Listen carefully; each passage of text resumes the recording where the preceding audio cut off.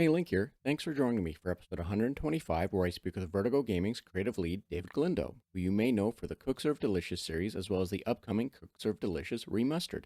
In this episode, we talk about how they got into the industry, why they feel game jams are important, games that made them want to make games, games best enjoyed through nostalgia glasses and hidden gems, their favorite games, their life outside of gaming, as well as some lightning round questions. Before we get started, don't forget there are links in the episode description that you can follow to learn more about David as well as the podcast. Also, don't forget to like and share the episode, and without further ado, enjoy episode 125.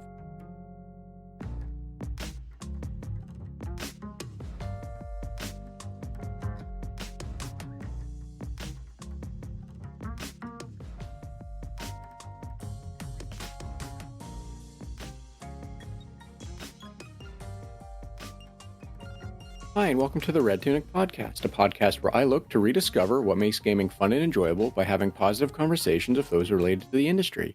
My name is Link, and today I'm joined by creative lead David Galindo, whose projects include the Cook Serve Delicious series. Hi, David. How are you doing today? I'm doing great. Thanks for having me on. David, thank you so much for being here. Thank you for making the time. I appreciate, with busy schedules and everything that we're able to talk. That you're here, and I get to bug you with some video game related questions. I love video games. It's pretty much my whole life, so I'm always eager to talk about them. Awesome. And on the topic of loving video games, I'm wondering, before we really get into it, if you wouldn't mind giving kind of like the elevator pitch or the 411 of who you are. Basically, the things that you think people should know, the most important things people should know before we really jump into it. Sure. Well, I am the creative lead, the creator of Cook Serve Delicious. It's a series of games we made over the last 14 years now. Or yeah, just about, that involve cooking and serving, and they span Cook Serve Delicious 1, 2, and 3 across all console platforms and on Steam. And recently released a narrative version of that called Cook Serve Forever.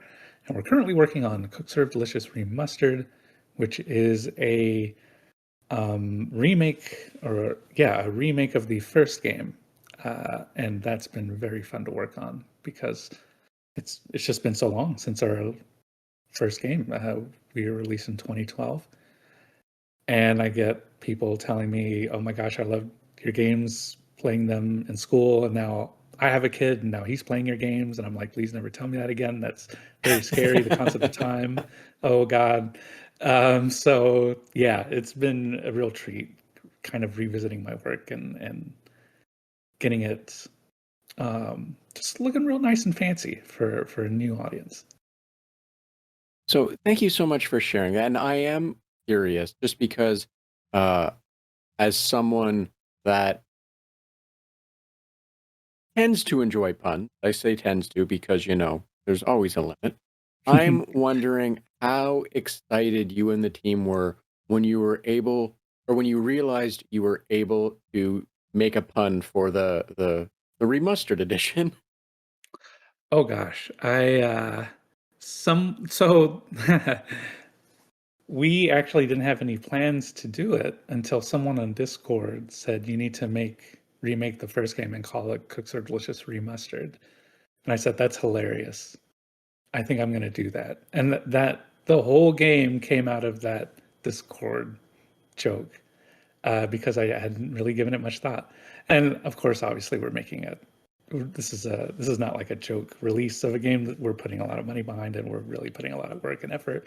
But it just kind of planted the seed of like, actually, yeah, what if we did make a game that was a remake of the first game? Because the first game is very unlike the next two, just in terms of budget and performance and platforms, and it's the hardest one to get into if you're getting into the series because of it's the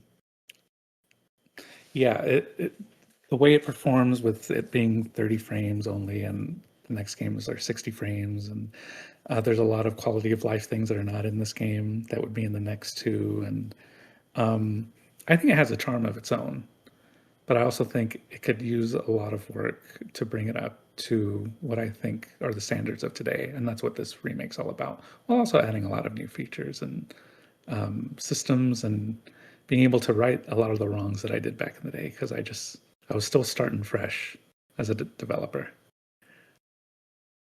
So I love that literally this one of the driving forces behind this was someone coined a brilliant pun for you guys, and you guys went, okay, we're gonna do it. Now I am also curious, you know, you are gonna give the person a free copy of this, I assume, because Oh, for sure. they're Yeah, they're the reason.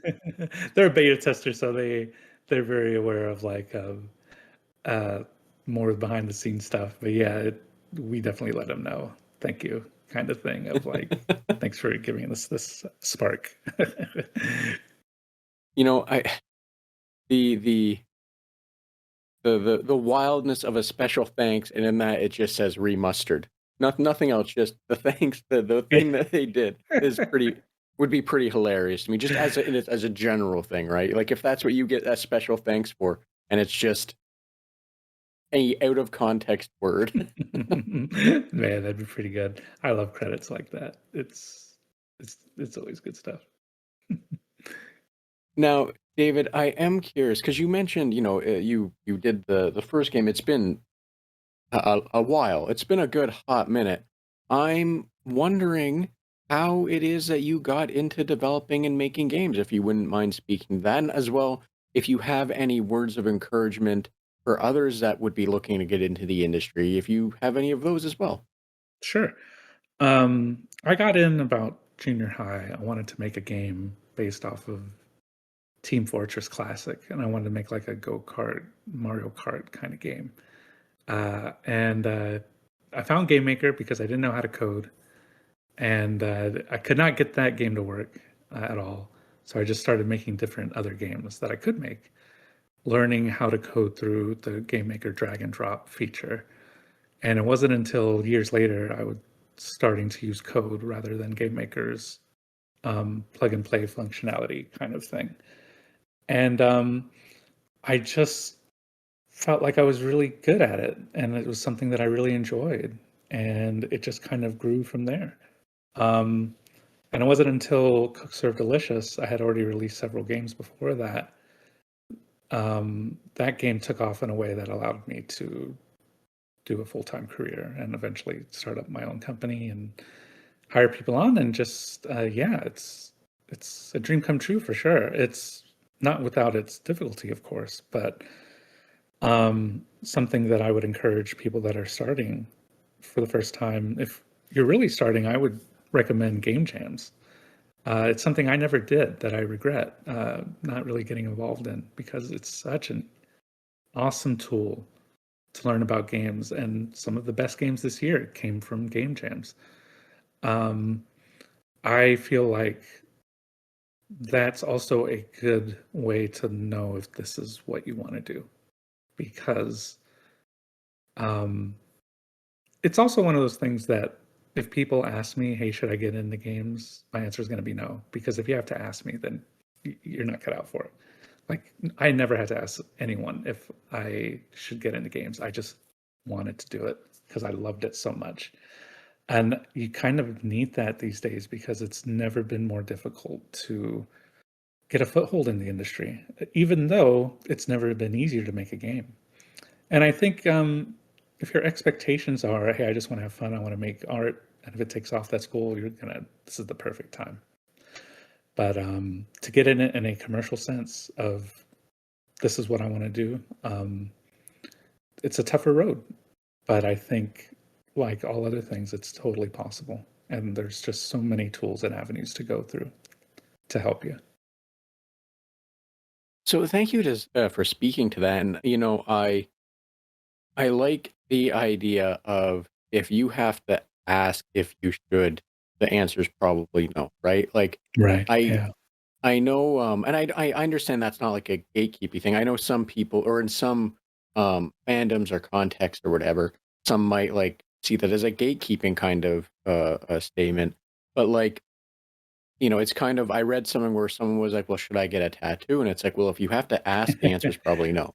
right? Yeah. Like if you are looking for validation from someone in that in that in that job economy, that lifestyle, whatever. I'm doing all this in air quotes, by the way. Just that's such a weird, broad thing. Like Sure. the answer is probably going to be no. It should probably be no. You should want to do something, because of something inside of you compelling you to do it. Otherwise, Mm. um, it just becomes like a job, right? And like, Mhm. if all you want to do is make games to make money, um, a past guest I think put it even better for that one is just sell drugs. It's better, easier, right? Like, Yeah, really, yeah. um, uh, so like, yes, I understand what you're saying with that one. I think a lot of people that are tangentially aware or related to the industry would also understand exactly what that means. Because like right now, especially the industry is not a fun place, or at Yeah. least, Mhm. from my perspective as an outsider, it's not a doesn't seem like it'd be a fun place, only because just we're not on a camera, but like gesturing broadly at everything, right? Like just Sure. Yeah. the everything. So yeah, so I understand completely, the mentality of like, no, if you want to do it, you should know you want to do it. Like you shouldn't need someone to tell you because you're gonna need that inside of you to do it. Yes, Otherwise, for sure. it's Yeah. it's crushing, right? Mhm. Anyway, sorry, not to like go down a weird focus on like a darker side Sure, of sure. things, especially given everything. But yeah, yeah, I blame you. You opened the door, and I No, I just always wanna be, charged it. yeah, I always like to be upfront as possible. I don't like telling people, "Well, if you can dream it, you can do it." I am very lucky to have this job because I made a good game that still wasn't selling at all, the Cook Serve Delicious, the first game, until somebody, Giant Bomb, played it on their website, and then Northern Lion played it on his channel, and then it sold. If it wasn't for that, I would have just been one of many, many, many, many devs that had games that just never did anything. So it was not all just like I worked hard and I got to where I was. That is not at all how I made it here. Half of it was that, and half of it was luck, if I'm being honest. Um, anyway, yeah, I just want to make that clear. I do love video games. I love video games, boy. Let me tell you. um, so I am curious as well because you had mentioned, and this does kind of tangentially relate. I promise, at least in my head, it does. But you had mentioned game jam and how talking about how like it wasn't until you had someone bigger kind of play the game and like I don't want to say promote it, but mention it Mhm. and people got eyes on it, what have you. And you also mentioned like with game jams how a lot of some of the bigger games are coming from that. Uh Mhm. or they've been successful. Sorry, my brain's doing a weird thing because there's been some real big game jam games have just Oh yeah. got off. I'm wondering, from your mindset, for today's world, if like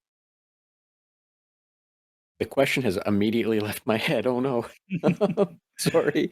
No, Uh, no, you're good. uh, I'm wondering if in like today's economy, wrong word, today's world, if like doing game jam games, should you be doing stuff with the intent of chasing what is successful versus successful in the context of like what game jams have been doing, and um and being like explosive things Mhm. by sheer luck. I don't mean this in like a negative way when I say that, but it's just like uh friend slop, I guess. A lot of that has ties in game jam stuff, and it's just taken off for wild unknown reasons. I'm wondering if like when you say look at game jams, or if you were to look at game jams now, would you be taking the approach of trying to do something similar of finding what would work best in the current climate, or would you still go with doing what you think would be the most fun to do for you? I'm aware that this is a weird question, so I apologize. No, I think it just depends on what you want to get out of gaming? Do you want to make art? Do you want to make games for your friends? Do you want to make something that maybe eventually can get you a job somewhere? I think that would change what your aim at a game jam would be, instead of like, well, I love Peak and I want to make the next Friend Slot game. And so I think both are valid. I think it just really depends. I think the harder road would be trying to chase what others are doing, because as we've seen time and time again, the video game public can see right through it. They can see when they're being marketed to, rather than, oh my gosh, have you played this game? It's so cool. Like, you have to buy it today. We all got to play this. For every peak and repo, there's a Concord, right? Not so much like all the time, but Concord from the bottom up was built out of a marketing lab. And people saw right through it. And it didn't really matter that the game was competent and good. It's just players will just see through, or at least feel like they're being marketed to, and won't give the game a chance. So I think in those terms, you have to be careful with game jams. If you want to chase after something, you still have to have something of a concept that you want to make, that could potentially break out. So thank you for that. And you saw through my ramblings and my bumbling to see what I was actually trying to ask. So thank you so much, because I realized asking that question, I'm like, what am I doing? This is nonsense. No, but no, thank you, because yes, the question at its core really was, mixing in the game jams and the explosive virility of things now based on streamers or websites or what have you. How you would approach it, and sincerity seems to be the way that I'm picking up from the examples you use. That yes. If you're sincere in it, then who cares? Do what you want as long as you're sincere, right? That's exactly right. Yeah. So thank you again. I apologize for the hellscape of a question I was creating there, but you saw what I was trying to do, and I very much appreciate one of us having a much better idea of what I was asking. Yeah, no, I get you. On the topic of sincerity, then, I'm wondering, was there a game that made you want to make games? And how is it that you got into it? Because you had mentioned that you started, way back when, with, well, obviously the answer, could be, or I assume could be, TF2 and Mario Kart. That's kind of the direction you were going. But was there something before that that made you go, "Oh, hey, this is what I'd like to try doing," or was that kind of it? I think the way I got into games was kind of interesting, because my grandfather won a Nintendo back when it was still new at a church raffle, and he's like, "I don't know what this is. Here, do you want this?" And I was like, "Yeah." And I was just a kid at the time and very young, and that was my first video game console. But my parents would never buy me game consoles, or anything related to games for my birthday or Christmas, because they just thought it was a waste of time. So I would have to buy it myself. But since I couldn't really afford the newest stuff, I was a generation behind for a little bit. So I would get Super Nintendo at the pawn shop and, buy games there. And that kind of allowed me to see a lot more gameplay than just playing the newest stuff. I think I treasured those games more than I think most kids my age were, because it was my hard-earned money that was buying those consoles. It was never really a gift. The only gift I think I got was Batman Returns, I think, on Super Nintendo, which, holy cow, that's one of the worst games on the system, and I was thankful I was able to get a refund and get a Stunt Race FX, which is a much better game. But I was really just enamored with Nintendo. That up until I think the GameCube, I switched over to Xbox. Was a huge Xbox fan for a bit until the Xbox One, which I then switched to PlayStation. And nowadays, I'm just a PC gamer. So I've just kind of been all over the map as far as games go. But as far as the one, Team Fortress was a really interesting one, because it was a social game, and I was in like a clan, Team Fortress Clan. We would lose all the time. I don't think we ever won a single match, but it was cool because it was kind of like my entry into the internet for all of its good and bad as a kid. I got it all through Team Fortress, and that's a whole nother conversation. But I think that was probably my lead into everything in a weird way. I don't know if it inspired me so much as kind of just threw me in to what the internet was at the time, which was me making GeoCities websites about our Team Fortress clan with MIDI music playing in the background of MIDI files I found of like the save room and Resident Evil and stuff like that. I just smile when I think of stuff like that. That was just really, yeah, I don't know. I don't think there's ever really just one game where it inspired me. I think it's just my love of games just kind of seeped into making them. So thank you for speaking to that. Now, as someone that is 37, in the way I often refer to my age group as for millennials, in that we were, for me, was just at that perfect age where the internet was just existing at a time to actually ruin me. And it sounds like Sure, yeah. you come from a similar age bracket. Yeah, I'm I'm 40, so that's perfect, yeah. Yeah, exactly. So yeah, you have an idea of where I'm going with this, or the generalness of it.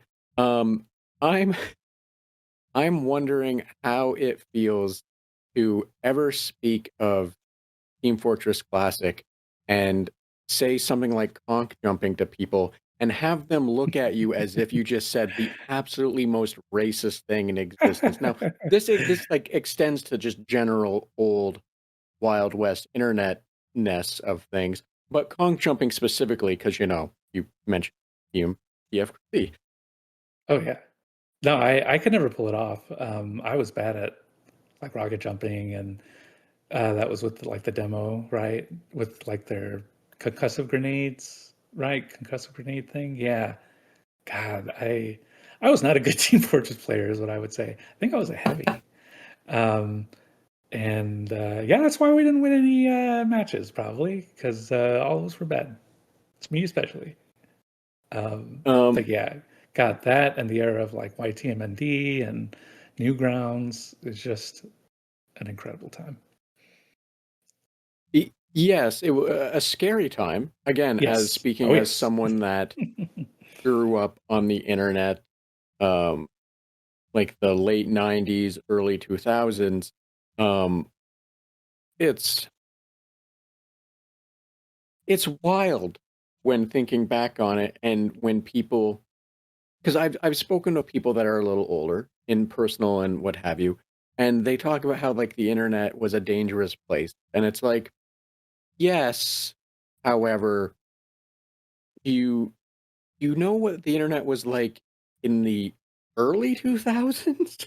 Like, Yeah. yes, the internet's a dangerous place with the likes of Discord and how it, the and YouTube and like the weird, horrible dark sides of all of that. But it's like there's some semblance of um tracking involved in that, right? Like there's accounts that lead to people and all this fun stuff. That didn't exist, so the internet was even crazy. Like, sorry, it's a weird tangent, I know, but like the idea that now you talk about stuff, people are like, oh, they found, if people even know to talk about like the dark web, so to say, and it's like, well, that was just the internet. Like that was just the Yeah. early 2000s internet. That was just how it was. Yeah. Well, Um, if you're too young to understand this, I highly recommend Hypnospace Outlaw. It is an amazing game to kind of give you an insight of what that was like back then. It's a good game on its own, like for everybody, but that is a fake website, like fake PC kind of game, but it's a surreal look into a fictionalized, like it doesn't look like anything um, that existed, but it has enough of it to understand what they were doing. Um, like you're not going to mistake it for like a Windows it's not like a fake PC. It is a fake world that embodies what the internet was at that time, and it's incredible. So yeah, I would highly recommend playing that game if you're ever curious about what the internet was like back then. It's a great one. Now, I don't want to argue, however, I am fairly confident I did see some websites with that similar design and crazy people talking Oh, as sure. that. Like the website designs for sure mimic actual website designs. I think more like the OS and like the sounds and um, they still have a lot of stuff like the WinApp skins that are very clever. But um, yeah, you're totally right. Like the website designs, they nailed it as to what it looked like back then. All the GIFs and stuff like that. The clicking 12 pages deep and getting nowhere but somewhere at the same time. It Yeah, the page counter at the bottom. It's so good. a guest book. Yeah, exactly. Yeah. So all these things that are just nonsense in the grand scheme for anyone that has never seen the old internet. It's like, what's a guest book? Well, you would go to a web page and you would sign the guest book for Yeah. reasons. You just did. Oh man, it's God, I forgot about guest books. My So good. just because it reminded me of it, and it's such a weird tangent. I'm sorry, but my friend, he had a fan page on GeoCities or um what was the Homestead, one of the two, and Hmm. he had a fan page for Bob and Margaret of all things, and Huh. he did like mini reviews of each episode or something. And he came in the class one day, and it was like grade 6, so it was, it was a wild time. He came into class and he was so excited because he assumes the person they put the name down and everything, and why would you lie on the internet, had the creator of the show, as he assumes, leaving a thing saying, "Hey, found your site. This is great. Keep up the good work," or something. And like, it just the old internet was both magical and weird. Is Sure. So good. I'm just remembering now just how absolutely buck wild everything was all that time ago, and now it still is buck wild, but in a very weird and different way. I know I'm an old man yelling at clouds right now, but No, I agree 100%. It was magical. Um, and nowadays it's just not the same. It's like 4 apps on your phone and that's it. That's the internet. Uh, yes, and that's the scary thing, isn't it? That's like when yeah. you go to Reddit, like I know back then the starting of Dig existed. You'd go to Dig, but like, you know, at least you still did other websites and stuff, but now it's like what, YouTube, TikTok, Instagram, Reddit. Hard Hmm. pressed to think of anything else. And it's horrible that, that is what the internet, sort of AI hallucinations for Yeah. answers or for web pages that may or may not exist. Yeah. It reminds me of my favorite movie, Casino, of back when the mob was running the casinos. You could win big. There's such a risk of how it was in Las Vegas, but anything could happen. The mob was in control, but in a sense, um, it's not like it is now, is what I'm trying to say, with corporations running to where they know exactly how much money everyone is spending and exactly how much they need to pay out. And computers run it to where you're never going to beat the house. You're never going to beat the odds. Um, Whereas back in mob rule, anything can happen, right? And that's kind of the internet. Whereas back then, it was just some guys and just the guy's website, and it's just like different people trying to make sense of this new internet. And you were just going on different pages that were run by singular people, instead of how it is now, which are these corporations that are trying to get every last second out of your life to feed the algorithm machine. And it's not fun anymore. It's not even close to how it was. It's just exactly what it needs to be for big corporations to uh, put you in the graph and, make the numbers go up. And it's not the same. Like, there's a lot of great memes and there's a lot of great things nowadays, but it's nothing like how it used to be. Yes, and now at the risk of, again, two old men yelling at clouds, getting dangerously close to that, we've come a long way from certain things being created and existing for the wildest of reasons. Like, for example, I don't know if you know this, but one of the first iterations of email messaging of that nature came about because engineers didn't want to have to get up and look to see if the coffee was fresh, and they created Oh, a that's funny. system that when someone made coffee, it triggered a system message to a bunch of people saying, "Hey, fresh coffee." And that's it. Like, I forget Oh, where, that's but great. if you go digging, it was back on, like, the early ZOS days that they would get a system message, or Unix days or whatever it was, get a system message that just shot out to them that just said, "Coffee's on." It was because someone, Wow. they set up a thing where when they put the fresh coffee in, it triggered something that automatic the script or whatever. Um, Man, that's amazing. but anyway, sorry, again, getting dangerously close to two old men yelling at clouds.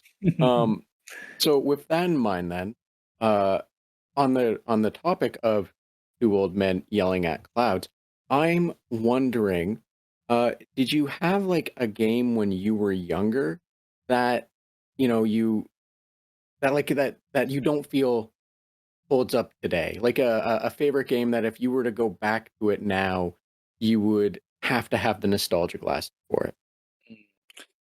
Um, I think generally speaking, there are games that um, have been done better, but I think the first breakout one for me was Little Big Planet.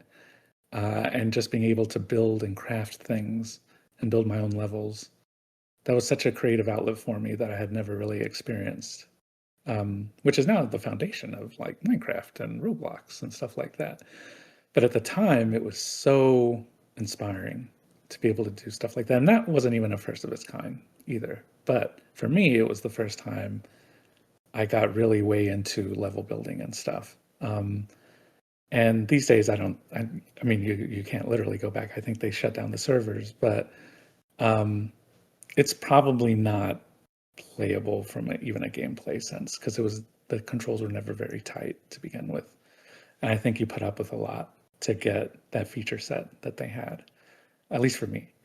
Um, I think that one stands out the most. There are probably some other games where graphically maybe it wasn't quite there. I think it's hard for me to play PlayStation and even PS2 games on like a classics tier on PlayStation Plus because I just can't. I'm a spoiled guy. I need my ray tracing. I do like me a good looking game, and it's not even that so much because a lot of my favorite games this year aren't especially lookers, but there's something about that old feel of 3D political games that are hard to go back to for me. Um, and that's why I appreciate remasters so much, to be honest. Well, thank you for that. And usually I don't like asking that one, but we know since we were on the topic of old men yelling at clouds, I felt the need to bust that one out of retirement. Oh, sure. Now I'm gonna ask you this, and this is kind of like the more appropriate remix or version of the question, given the context and concept of the podcast.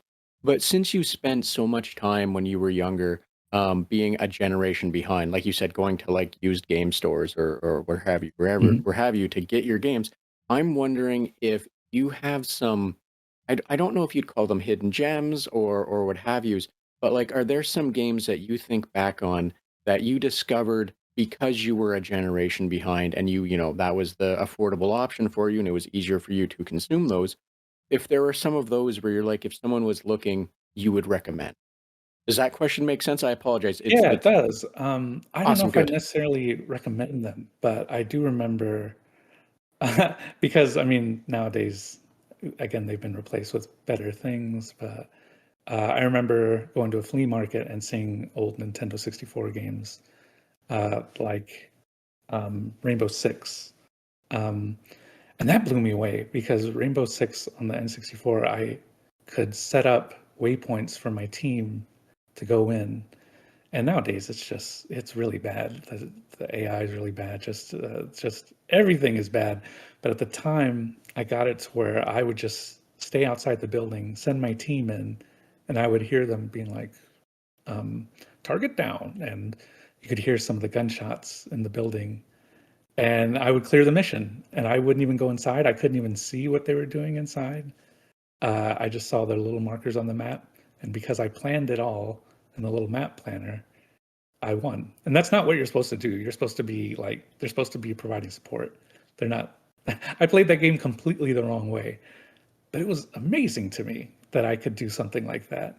Um, and had I, been a generation up, I would have probably experienced much more competent, better playing games.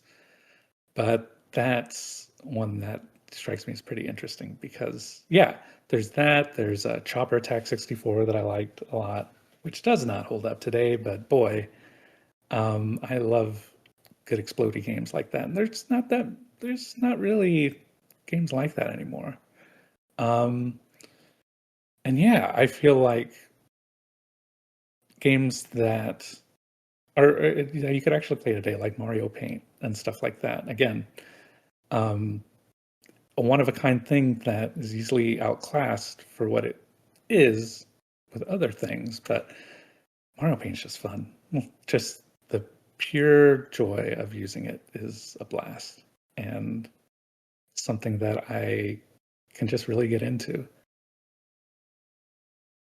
So thank you for speaking to that. The when Rainbow Six is such an interesting game to mention, only because uh, I too had a foray into trying it when I was younger. Picking it up for a rental and being absolutely confused as to what was supposed to be happening. Yeah, As sure. well, because for anyone that's not aware, it is not the definitive edition of the game Oh, to yeah. play. Oh, not at all. Oh my gosh, no. And the fact that you managed to make it work so successfully with the least amount of tools available to you in the Yeah. grand scheme of Rainbow Six games is absolutely bananas to me. So I'm amazed at your level of getting good, I guess. Oh, sure. I don't Well, know how thank you. else to phrase it. Yeah, it was I have fond memories of that. There's no way I could go back and enjoy it like that. But in the moment, I remember how much fun it was. Now, with that in mind as well, I do want to mention this because I know where you're coming from, talking about how sometimes it's harder to play older games, why remasters are like super important, or why you would, why they're important to you, is how I should phrase that. Um, Mhm. and as someone that has been playing around with some emulators more frequently in the last little bit, the absolute wildness of what emulators are able to do now for like PS2 era Mhm. is is absolutely nonsense, especially if it's like a cell shaded game. Um, so like if if you ever really want to play a PS2 game that doesn't have a remaster, it's crazy the kind of things you can achieve with an emulator that somehow magically make them feel modern. Mhm. Well, it's still the old game. For me, the biggest what am I looking at was Dark Cloud 2 and how it looks like with the certain settings and everything you it's cell shaded, so it's easy to cheat this. Mhm. Or easier to cheat this in a with a emulator, what have you. But it looks like what my memory said it looked like, which is Yeah, a very interesting. wild thing to say. I get exactly what you mean. Huh. I'll have to check that out. Just food for thought. Like Yeah. I'm not going to say it's going to work for every game, but there are games that if you really want to play them and you load them up, it's going to shock you how well somehow pulls it off. Know what I mean?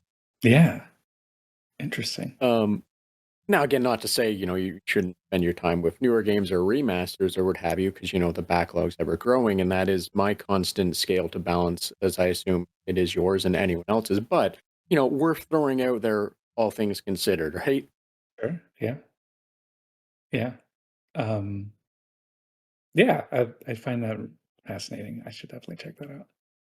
Now, I'm also curious for this one because, again, the being like a generation or so behind, just talking to people that have never been current or were not current in the the earlier days or what have you. This always just feels like an interesting path to go down. I'm wondering, did you have any games from that era that like really surprised you when you got that you can Mhm. remember at least? Um, I was really shocked at Star Fox 64 not only speaking to me and having their little mouths move, but shaking my controller. It was just mind blowing stuff at the time for me. Um, and voice acting in general on the N64 was crazy. Um, I just couldn't believe stuff like Perfect Dark, which is so bad these days. Like the mouths don't even move. But at the time, for me specifically, again, this was stuff that was being done way before, even on PlayStation. Um, but I had skipped the PlayStation generation, and I had done mostly Nintendo stuff. So cartridge space was very limited, and those kind of games were just kind of amazing to me. Just kind of mind blowing that we were getting um, these kinds of sounds and music and stuff like that. So I think those really surprised me. I think another mind-blowing thing was in the GameCube, Rogue Squadron, seeing clips from the movies, just in the menus. Like all of that stuff I appreciated a lot more than I think the average person who was so used to that with PlayStation and PlayStation 2 already. Um, that kind of stuff hit me in a different way because it felt like we were going places that I'd never been, just with interactive media and stuff. Um, but yeah, I mean, 100% it's because I missed out on previous generations that I saw it like that. So I'm not gonna lie, and this I've never figured out why this feels this way for me. But I didn't have a GameCube. I skipped a GameCube. I went 64, Mhm. PlayStation, PS2, and then I got a Wii, and continuing on from there, it was you were no longer really picking sides. You just sort of got what you got, right? Mhm. Whereas back then you had a side, you had a team, and you generally stuck to it for reasons. Um, Reasons I don't know anymore. It's been too long to fully understand the true console wars, and like the Sure. I don't want to say the nuance, just the nonsense of it. Yeah. Um, like why you'd be Team Nintendo versus Team Sega, and like fights would start in the schoolyard over it, and it's like now you're like, why? Why were people fighting over Mario and Sonic? I don't get it. But anyway, Let me tell you an um, embarrassing story with that. oh please. I was a stupid jerk on forums because I was one of those guys that was Team Gran Turismo, and I didn't like Forza. Boo Forza. Um, just stupid. But at the time, I was heavily invested. I'm like, well, no, actually, Gran Turismo, blah blah blah. And so I was on a forum, um, and it was I had just made Cooks Are Delicious, and so I was, of course, who knows what games we were talking about, but it's Gran Turismo and Forza, and I was like, well, Forza is just not very good when you compare to Gran Turismo's car roster and this and this and that. And then the next post was from someone with a Forza developer tag that said, "Hey, are you Chubbigans that make Cooks Are Delicious? I really like those games." And I sobered up so much. And I was like, "Oh, thank you. Yes, that's me. And also, I think Forza's great. And Forza is really good." And blah, blah, blah. And I just immediately, that post single handedly shook me up. And I thought, what am I doing? Why am I trashing other developers? I can't believe if I did that. And I completely grew out of that mentality overnight because of that post, because of that Forza developer. And I thank him so much because I realized how stupid I was. And Yeah, boy, talk about a wake-up call. I was so embarrassed. Oh my gosh. So thank you for sharing. I love the absolute figurative slap to the face that Oh, yeah. that would No, have been, it right? was masterful what he did. And I don't think he meant it as, like, ugly or anything, but I think it really woke me up. Yeah, Yeah, it was the right person at the right place at the right time, whether they intentionally did it or otherwise, but like yeah, having that, that real heart to heart moment of this isn't the road you want to go down, my guy. exactly. Yeah, exactly. Um, especially back then, because I know now the development scene is still a pretty tight knit group in terms of who you know and like stumbling over other people that know people you know and all that stuff. Oh, But sure. back then, in the early 2000 like 2010s or what have you, um, for a smaller indie game, is smaller in the sense of the indie scene, quote unquote, or what have you. It was an even smaller tight knit group, right? So Oh, like yeah. the likelihood that you would run into that person is actually much higher than today, It's right? yeah, it was crazy. Um, Uh, but no, I'm as weird as it is to say this, I'm glad that happened to you in oh, such me too. a Yeah. wonderful way, right? Like Yes. Yeah. it could have went south in a really bad way, but it happened in a real tactful, nice way that no one that everyone came out of it alive. You Yeah. know what I mean? Exactly, yeah. um, because yeah, there's a lot of devs who, and I'm not saying this is you in this example or this case, but like there's a lot of devs who kind of got a big head and um, did a lot of damage on their way out, and Oh, other sure. people did a lot of damage to them on their way. I'm sure it'll happen again. It's not a uncommon thing, but all the same, it's good when everyone can walk away going, maybe that's not the way to do things. Um, Yeah. even as innocently as just being like, no, this game's better because you get more cars or you get better Yeah. cars, right? Like, It's just so stupid. um, Oh, man. but I will say this, and not to not to stoke the flames, but in Gran Turismo's defense, it was like one of the only PS2 games that actually could support 1080i. Oh, no, Xbox wasn't doing that. I I think Gran Turismo is still better. But you know what? I don't put that out there anymore. I think they're both fine games, and you're gonna have a great time with two amazing games by two amazing developer company things. Although, well, God, I know what's going on with Forza and Microsoft and stuff, and that's just tragic. But um, anyway, yeah, not to be downer again, but yikes. Uh, David, I'm going to take the drum and the drumsticks away. We both don't need to be gearing towards banging the drum again. yeah, exactly. Um, so let me ask you this. I'm curious. I want to ask you this. Before I start doing the turn the lights on and winding down to get you out the door so you can get on if you're busy life. But I am going to ask you this, and this one hopefully is a much easier direction of getting us away from anything negative. And I'm curious, like, what's your favorite game or your favorite game series, and what is it about those games or that series or what have you that makes you say, no, this is my Everest or my favorite or whatever. Mm. I just love it when a developer makes a sequel to their indie game because it's less common than you might think.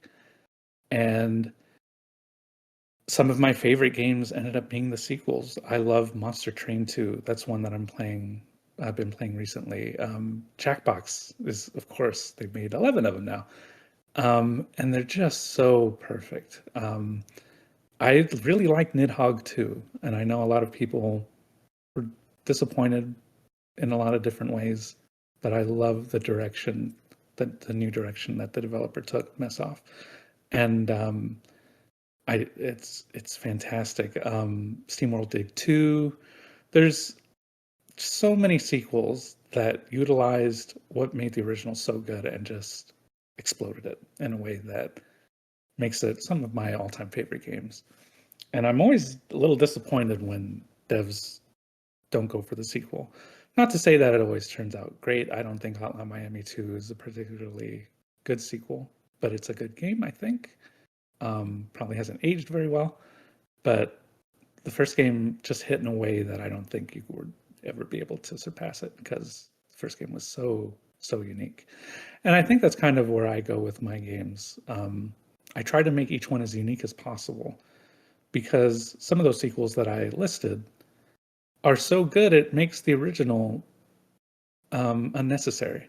Like, I would never tell someone to play Monster Train 1, because Monster Train 2 has so much content, and not to get into spoilers or anything, has more unlockable stuff toward the end that makes the original almost unnecessary. And so, I like a good sequel that does that as well, but it's more fun when it's can almost supplement the game series. And it can totally turn out to be something like a Cook Serve Delicious 2 or a Darkest Dungeon 2, where it plays on players' expectations in a way that really gets a mixed reception. Not like super mixed, but not as highly positive, at least at the start. Not that, Cook Serve Delicious 2 can compare to a Darkest Dungeon 2, but I think in terms of player expectations, that's kind of where I'm going. And yeah, I know that doesn't quite like fit the frame of the question, but there's not like any one series other than Jackbox that I'm always constantly looking at. But I'm always there for a sequel to a game that I really enjoy. I know that's really weird and strange, though. I just like it when indie devs do it, because there's so many games that I would love sequels to that just never happen. And I get it, but boy, it makes me sad. So thank you for speaking to that. I understand what you're saying, and it's you know I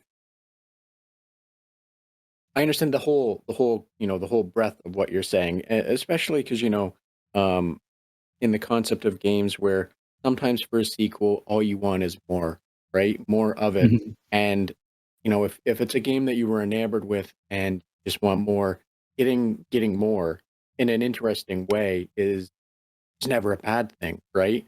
Um, Sure, yeah.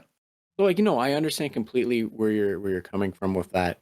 Um, and yeah, like I imagine as a developer that has put out a series of games, that trying to balance doing new things, or remixes of things while still trying to appeal to the original demographic, if I can put it the air quotes, I'll just put air quotes for that easier. Mhm, mhm. Like I imagine the amount of balancing acts that need to go on there is really difficult. And I especially understand, or sorry, I should put it this way, with that kind of like thinking in mind, I can understand why you would have even more respect for devs that are like, here's just another game with more, Yeah, right? Because it means mhm, they're delivering on what made the game special while also finding the balance to not just be the same, right? mhm. Yeah, Um, absolutely. Yeah. so I lost my train of thought on this one. Um, sorry. I I have a problem sometimes where I'll have an idea or a question in my head, and I'll be like, I'll come back to it, and then I start saying something else, and then I'm like, what was the thing I wanted to say? I'm like, oh crap, it's No not coming back. problem. Yeah. Um, but anyway, let me ask you this because I want to ask this one before I start turning the lights on, as I alluded to a moment ago. But outside of games, and I know you said that you love games, you spend a lot of time with games, you like talking about games. Um, but I also know that games aren't always things that make who we are, right? That sometimes there are other things in our lives. So I would like to ask you, outside of games, if there are outside of game, what is it that you enjoy doing? How do you relax? I have a problem not relaxing. I just tend to work all the time.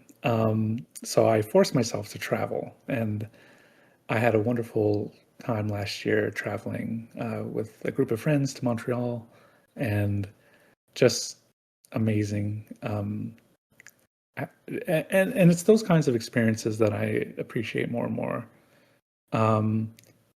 That helps me unplug, because if I'm just here, I just can't. I'm always constantly working, so it's always a struggle for me to be able to stop what I'm doing and play games or read a book or something. And I think I've gotten better at that by going to bed earlier, but taking my Steam Deck with me and just playing in bed for like 3 hours a night.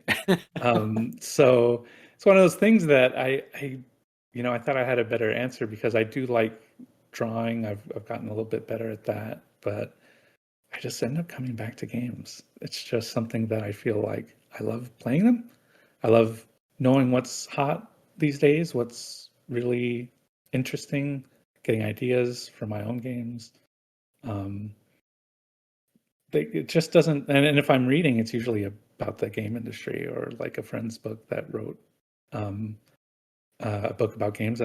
Victoria Tran just wrote a very great community guided book on gaming communities. She's the one of the devs on Among Us, and was a huge influence to making the game as huge as it is. And so it's just one of those things that I don't know. I can't really turn my brain off when it comes to games. I love it so much. So, two things. Thank you for speaking to that. But one, I would like to ask, as someone that is based out of Texas, how did you enjoy having to deal with being around all the French? And I say that as someone that lives in Ottawa, has been to Montreal, is French Canadian. Um, yeah, how'd you like them Frenchies? Yeah, no, I think they're really nice. Everyone's really patient with me as an American, and I greatly appreciate that.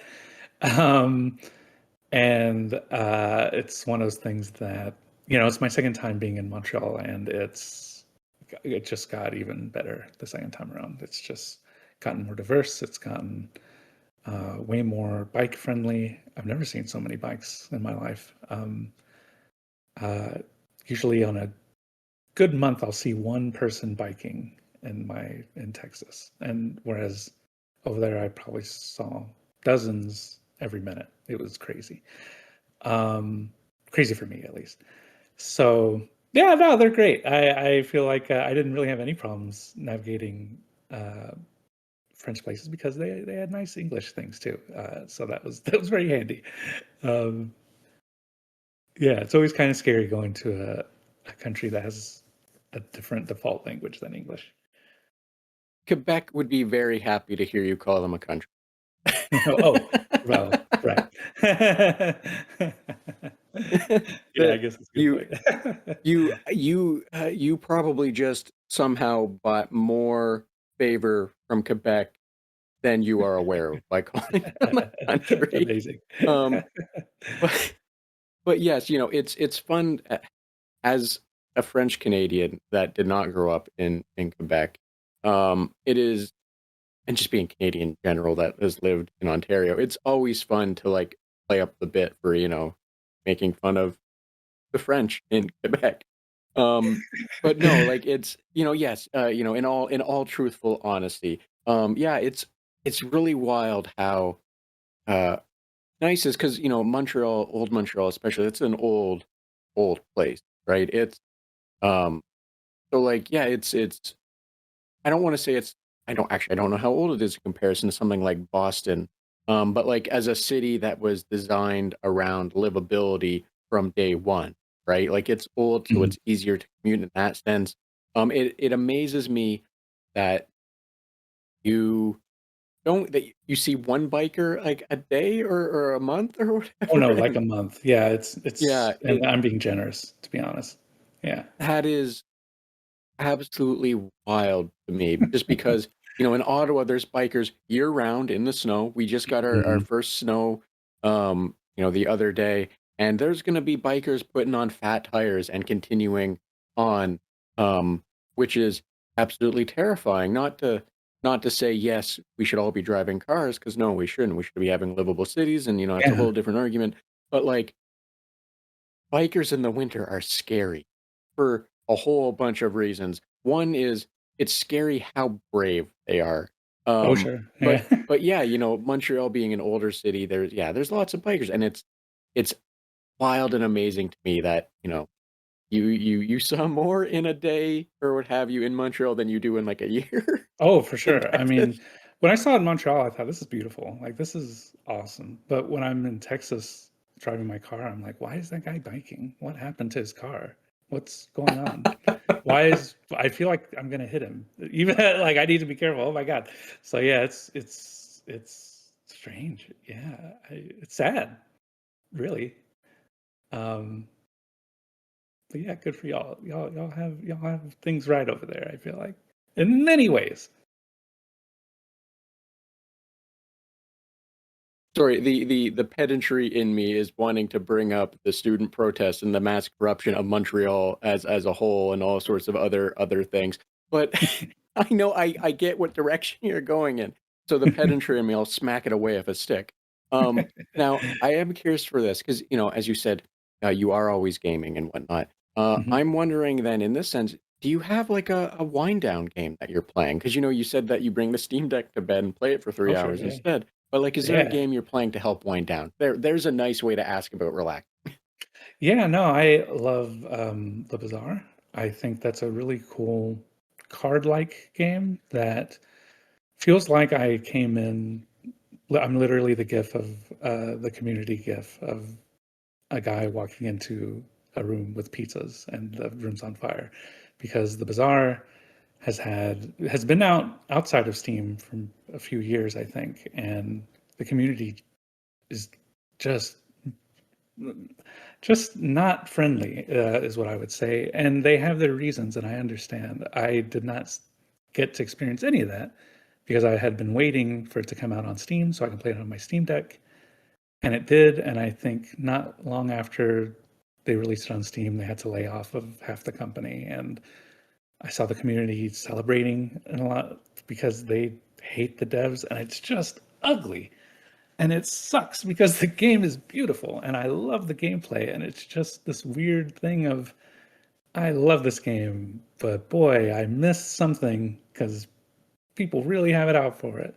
And like I said, I, I don't know the validity as to what they're speaking of because I just don't care. Honestly, I just like playing the game. But there's some really amazing games that have been coming out this year, like Soul Sesto, amazing art style and beautiful imagery. I like games that, like Nubby's Number Factory. That's another good. You you click the button and the ball falls down like Plinko, and you can buy things to change the ball, and that's has an art style in its own universe of like what you think the 90s look like. That's fun. Been playing a lot of Dispatch recently. That isn't so much a wind down game, but it is scheduled entertainment for me because every week I just got to play it so I can kind of see what the online discourse is, and that's definitely top of the list game of the year. Um, but yeah, it's been fun being all over the place. There's so many games that I could list. Clover Pit, Arc Raiders has been really fun lately.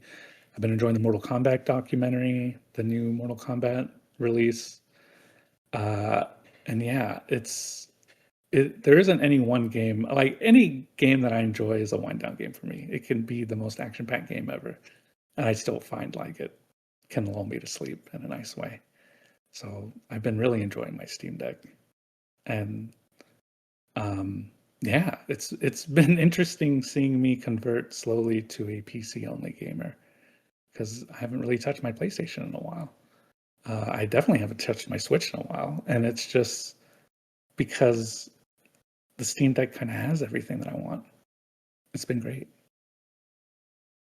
So thank you for sharing those games. I quickly looked at Nubby's Number Factory, and yes, if that is not the most 90s looking game in all ways possible.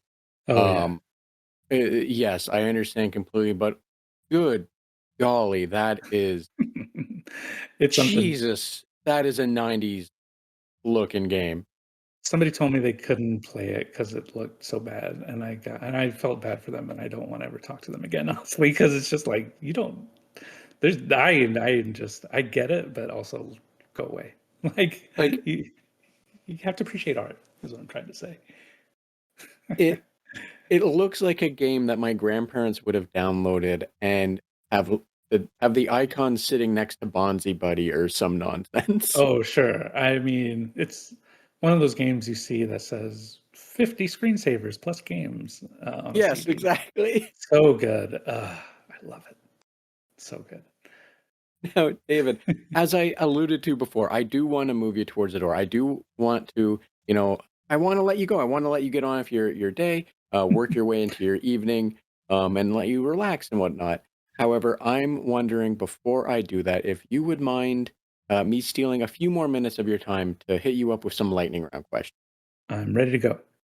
Awesome. So, as I said before we got started, that the lightning round questions, they are lighthearted, they're nonsensical, a little bit random, and you are more than welcome to just answer them with no judgment, and however you see fit.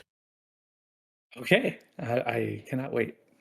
Now, with that in mind as well, because you mentioned something earlier about sequels for games, so I'm gonna break out this one. It's been a while. I'm gonna dust it off. However, if you could choose any game to get a sequel, but that sequel could have nothing to do with the first game, what game would you choose, and what would the sequel be about? Oh, that'd be easy for me because I would do SteamWorld Dig 3 because it would have nothing to do with the first game, which I never played, but I love the second game. So I have cheated my way into this answer. And it's been so long since I played SteamWorld Dig 2 that I don't honestly know. I just remember having a great time, and I'd love more of that. More, more, more. Give me more. I need it. It's so fun. Fair enough. And that, I think that's a beautiful thing. We're like, I played this first game and it's been like 6 years. I don't remember it. And then you get Yeah. to go in kind of blind. Like Yeah. that's an amazing thing that you get to do, right? Oh, yeah, for sure. From experience, that's an amazing thing to get to do. Now, I am gonna bust this one out again. I ask this one, I think of everyone really. However, it's one of my favorites. So, which video game character do you think would most likely want uppies from a goth dummy mommy? You have to repeat that question. I think. Gladly. Which video game character do you think would most likely want uppies from a goth dummy mom? Hmm. I'm just gonna say Wario. That's just the first thing that came to mind. I'll just have to stick to that, I think. If I was smarter when I started this, I would have started a Wario counter because you're not the first, and I don't think you're going to be the last.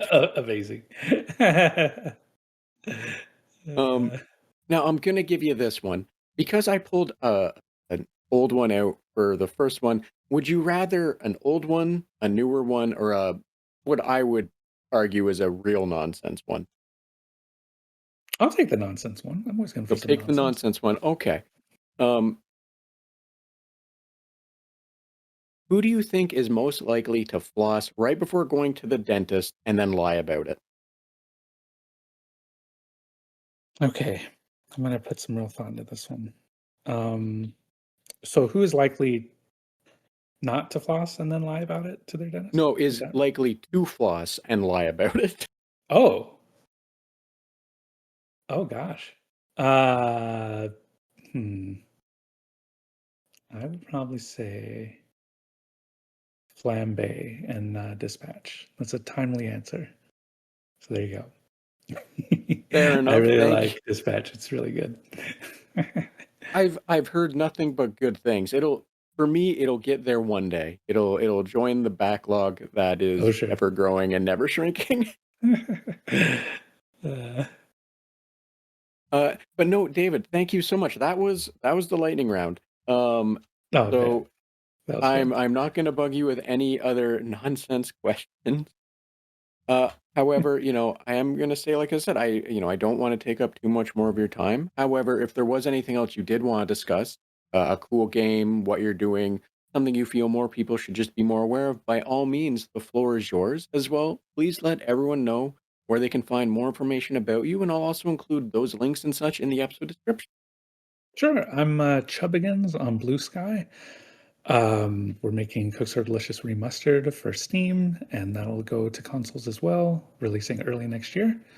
We have some other exciting projects in the pipeline. And yeah, I definitely recommend Megabonk and Dispatch, and just been enjoying a lot of Friend Slop with Peak and Repo and Lethal Company. Just my favorite games. And yeah, I think this might be one of my favorite years of gaming in a long time. And boy, it comes at a time where we need escape more than ever. And I think I hope to continue playing and enjoying and making games for the years to come. And yeah, I'd love for you to join me on my socials and in our games. Awesome. So thank you so much for that, David. As I said, I will make sure that those links are available for people to follow.